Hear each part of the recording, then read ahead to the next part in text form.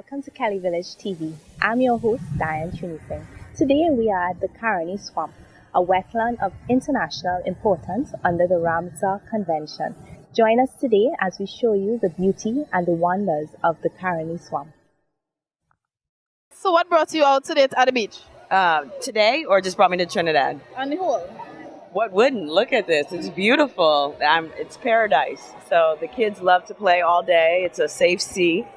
It just can relax. This season to be merry. La la la la la la. Are you hearing it in the background? So this is Fashion at Your Doorstep, and we're down at the Shogun's Flea Market. So you're one of the youngest salespersons.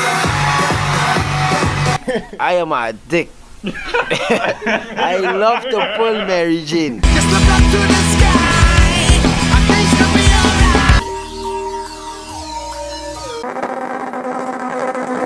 I'm here right now with Mr. Ravi Buchoon.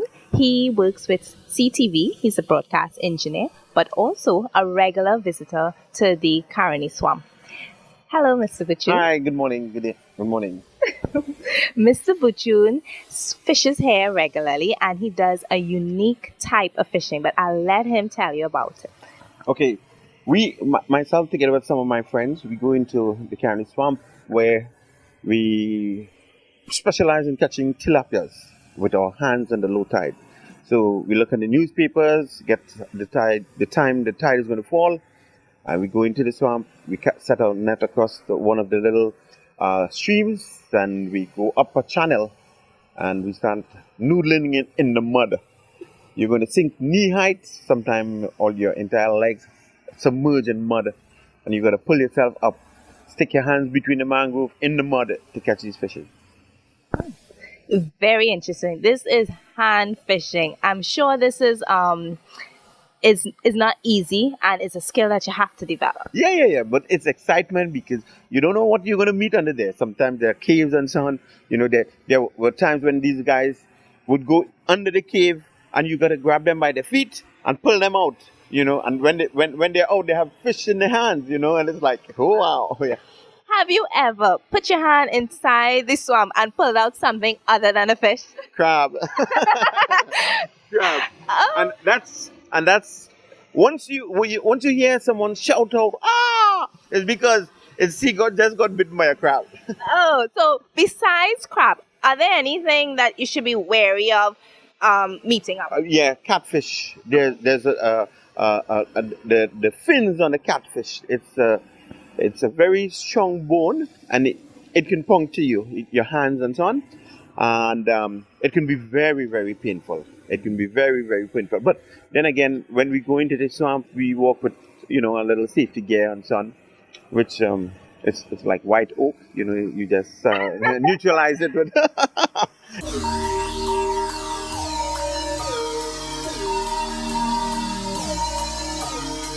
Here I am at the visitor center. The visitor center can be found a mile from the entrance to the Caroni Bird Sanctuary of the Uriah Butler Highway. I'm standing here by the foundation stone, and we can see here it says that the Caroni Lagoon Park headquarters and facilities opened on February 28, 2000 by the then Prime Minister, Mr. Basdio Pandey. Here we are in the visitors center. As you can see, we have walls that go right around, and there are pictures of some of the animal and insect species that can be found in the swamp. This wall is showing butterflies and birds. Here is really beautiful. When I first saw it, I was in amazement. We have some stuffed and insects.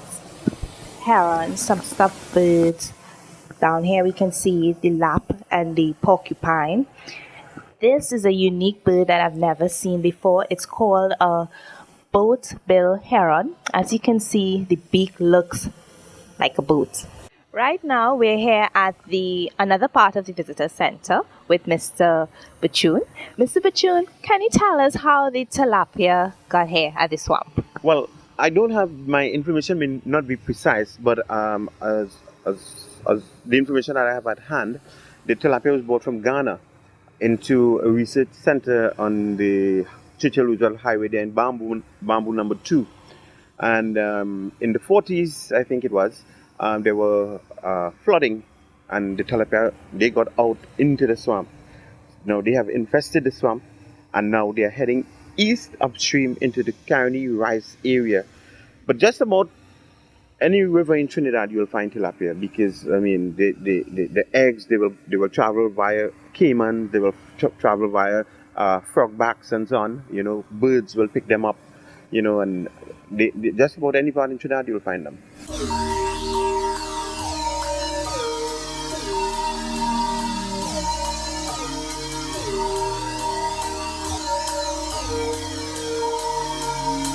I'm here right now with Mr. Ravi Kalpoo. Hello, Ravi. Hello. Thanks for taking us out on the tour today. Could you tell us a little bit about the swamp? Sure. Well, today we have some good weather, and we are currently in the number 9 channel. We just started the tour from around 4. The tour starts from around 4 to 6 in the afternoon. This entire area is about 5,611 hectares. That is about 40 square miles. So it's a very large area, right? All the way from Port of Spain until Brickfield. The entire left-hand side is like a reserve, for everything is protected in there. However, on the right-hand side, you can catch like crab, oyster, fishes. You know, a lot of people make a living out of catching these stuff, right?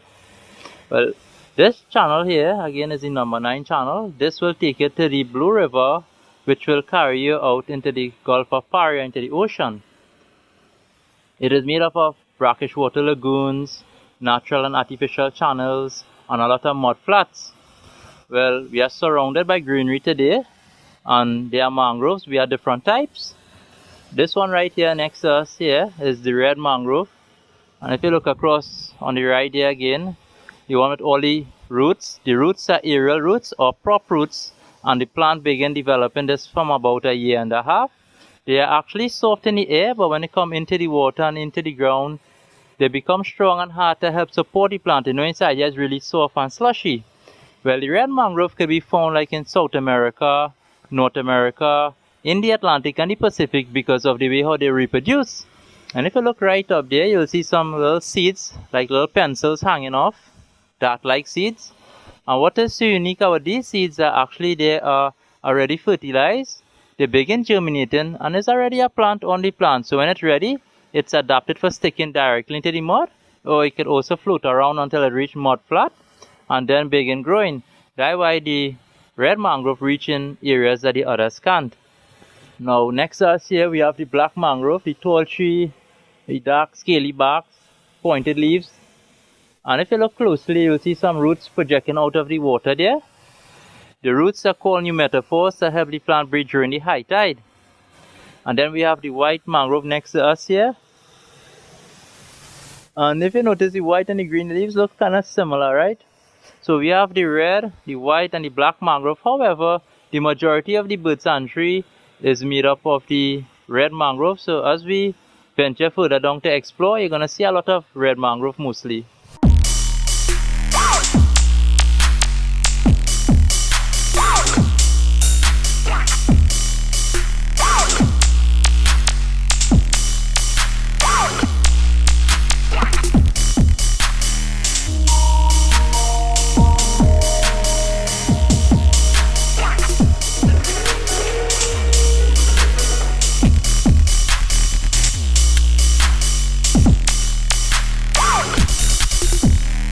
Alright guys, if you look right here, well in here we have brackish water.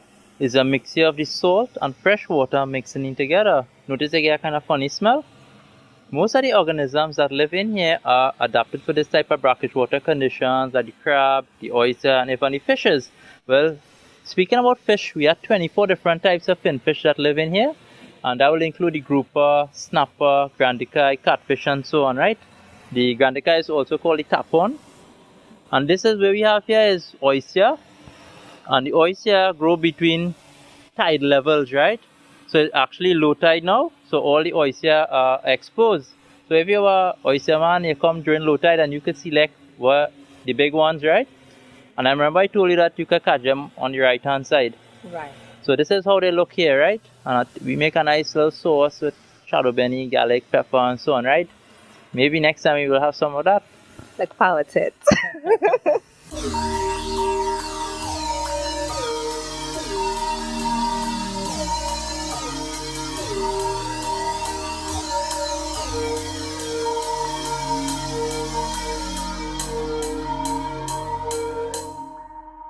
Okay, guys, as we slow down here now, we come across mangrove putu, or what we call the common putu. It's a very rare bird to see. It's right up into the branches there.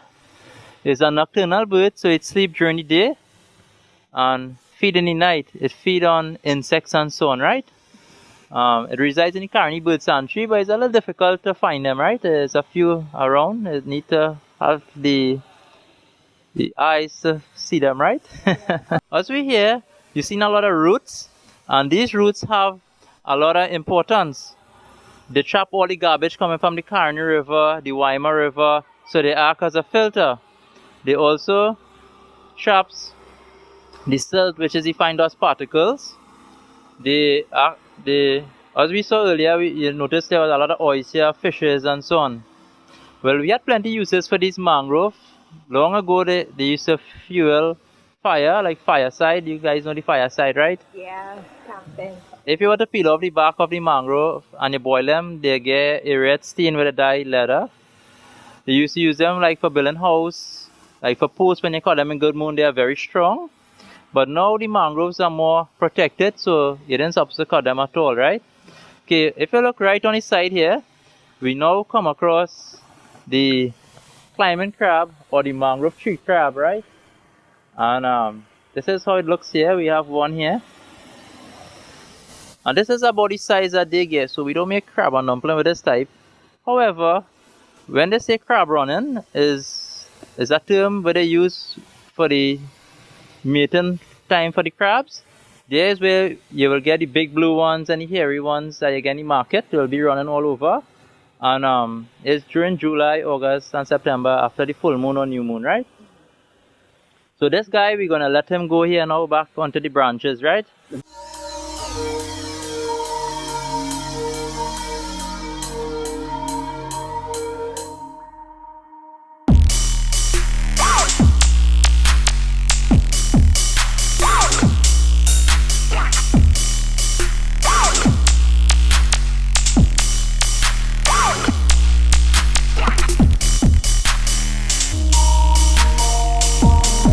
Right now it's about 5:30 in the afternoon. We are anchored here and I'm seeing a lot of birds starting to come in. Can you tell us a little bit about this? Okay. Sure, Diane. Well, this is our last stop here for the afternoon. And you can see the birds coming in to roost. Well, you're going to see a variety of birds coming in. You're going to have the blue herons, the tricolored herons, the snowy egrets, cormorants, scarlet ibis, all sharing this area in the back of us here. There is actually two seasons for the scarlet ibis. There is a nesting season and a roosting season. Nesting is when they're having young ones, and the roosting season will be when they come in like this. They sleep on afternoons. Well, this afternoon we're gonna see a lot of birds coming in to roost, right? The scarlet ibis again is no doubt Trinidad's most famous bird. And it has been our national bird since 1962 when we gained independence.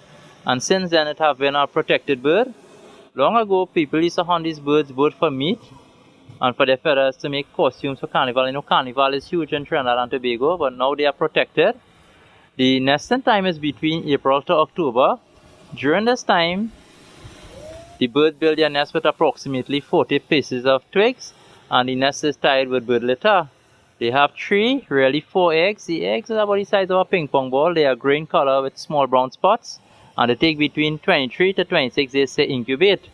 As long as they hatch, the young one is black in color for the first week, and within 4 to 6 weeks they first begin flying around. They become grey on top and the rump and underpart white. And I will show you some of the immature ones as they come in. As long as the bird get the right nutrition, they usually feed on fishes, shrimp, marine worms, fiddler crab. All of these will make up their diet, and they get a substance called carotene, which keep their pigments in their feathers red, together with the bird's chemistry. Sometimes if you have them in captivity, they may get discolored because they get artificial nutrition. But in the wild here, you can see the bright scarlet color. Well, these birds, the other season we have is roosting. This is now, and it's very nice to come and see them in this season. You can see thousands coming on this little area here, this little island. There are several islands just like this because the birds won't be able to fit in this island. Right? There's about 12 to 15,000 birds. Their lifespan is like 18 to 25 years, so they could live for a long period of time too as well. Well, these birds range like in South America, like in Venezuela, Guyana, even in Trinidad, a few places in South, but just a couple minutes from the Caroni Visitor Center to come and look at them right here. Where are these birds coming from? Because you said they're coming back and forth. Alright. Well, the scarlet ibis actually spend the day throughout the bird sanctuary in all different directions. When the tide is low, in the mudflats, you'll find a lot of small fishes and crabs that get trapped up there. So they'll probe the mudflats. And in the high tide, they will go more into the mangroves to feed.